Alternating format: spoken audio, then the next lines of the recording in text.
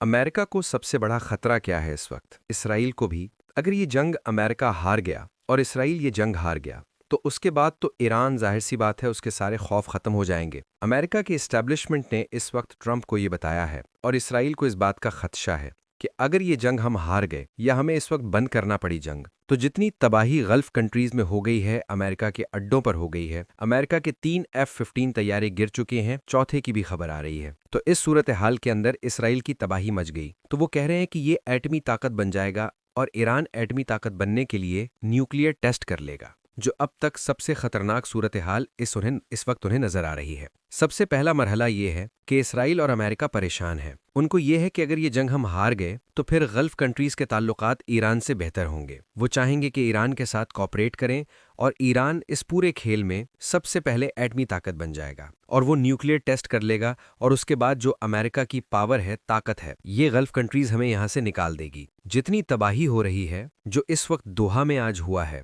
जो यानी आप उसका तसव्वुर नहीं कर सकते कि इतनी तबाही है। गल्फ कंट्रीज तंग आ गई हैं ट्रंप से। आप ये सोचें कि उसका एक नज़ारा आपको नजर आता है। ये जो शख्स आपकी स्क्रीन पर आ रहे हैं, ये बेसिकली दुबई के बिलियनेयर हैं। इनका नाम है खलफ अहमद अल बतूर। ये बहुत बड़े यूएई के बिजनेसमैन हैं और ये बेसिकली एक ग्रुप है वहाँ, अल हतूर ग्रुप, जो रियल एस्टेट का काम करता है। ये कंस्ट्रक्शन का काम करते हैं, लग्जरी होटल्स का काम करते हैं, ऑटोमोटिव डीलरशिप का काम करते हैं, एजुकेशन, ये वो पब्लिशिंग, बहुत बड़ा इनका नेटवर्क है। यानी इन्होंने बड़ी डेवलपमेंट्स की हैं और बड़े लेवल पर जाके इन्होंने काम किया हुआ है प्रॉपर्टीज के हवाले से। इन्होंने ट्रंप को लिखा है एक ओपन लेटर और आप जरा सुनिए। उन्होंने कहा है कि ट्रंप को कहा है कि तुम्हें किसने ऑर्डर दिया था, किसने तुम्हें इसकी परमिशन दी है कि तुम हमारे रीजन को, गल्फ कंट्रीज को आग में नहला दो, खून में नहला दो, इतनी तबाही मचा दो। उसने कहा तुमने तो वादा किया था। इन्होंने लेटर लिखा है उसको और इनके ताल्लुकात हैं बड़े अच्छे। उन्होंने कहा कि तुम ये बताओ कि तुमने तो कहा था कि तुम मिलिट्री इंटरवेंशन नहीं करोगे, कोई वॉर नहीं लड़ोगे। तुमने आके सबसे ज्यादा जंगें लड़ी हैं। तुम सोमालिया, इराक, यमन, नाइजीरिया, शाम,